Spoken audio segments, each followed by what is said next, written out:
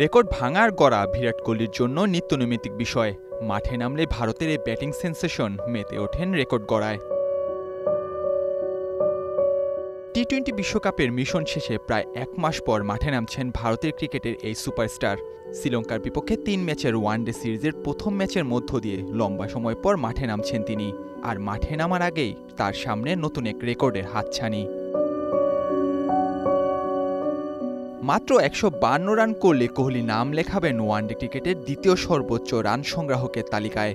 বর্তমানে ডানহাতি ব্যাটারের রান ১৩,৮৪৮।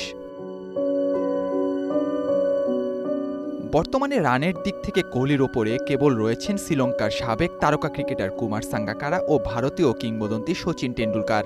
লঙ্কান সাবেক অধিনায়কের রান ১৪,২৩৪ আর ১৮,৪২৬ রান নিয়ে সবার উপরে টেন্ডুলকার।